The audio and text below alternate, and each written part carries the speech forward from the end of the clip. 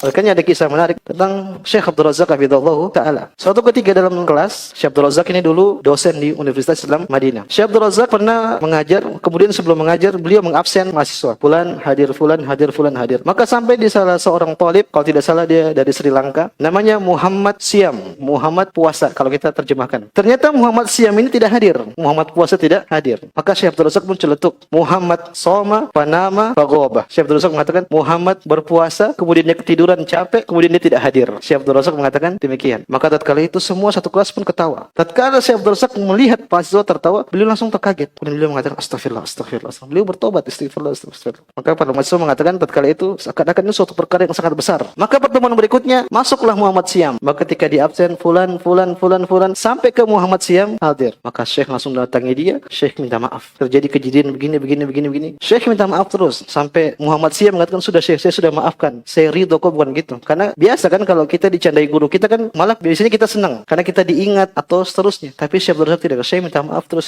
terus sampai kata Muhammad Siam ini sampai saya nggak enak sama Syekh Abdul Razak hafizahullah taala. Tidak sampai di sini, pertemuan berikut Syekh Abdul Razak bawa apa coba? Beliau bawa buku yang banyak dan beliau hadiahkan kepada Muhammad Siam. Ini sebagai permohonan maaf saya atas ghibah yang telah saya lakukan kepada engkau. Kawan, ini namanya ulama. Innama yakhsyallaha min ibadihil ulama. Sesungguhnya orang yang paling takut sama Allah Subhanahu wa taala itu para ulama. Karena mereka tahu konsekuensi ini ghibah nanti di akhirat urusannya repot. Maka Syekh Abdul Razak minta kerelaan sama murid dia. Padahal kalau kita itu biasa aja. Ternyata ini tidak biasa di mata Syekh Abdul Razak hafizahullah taala.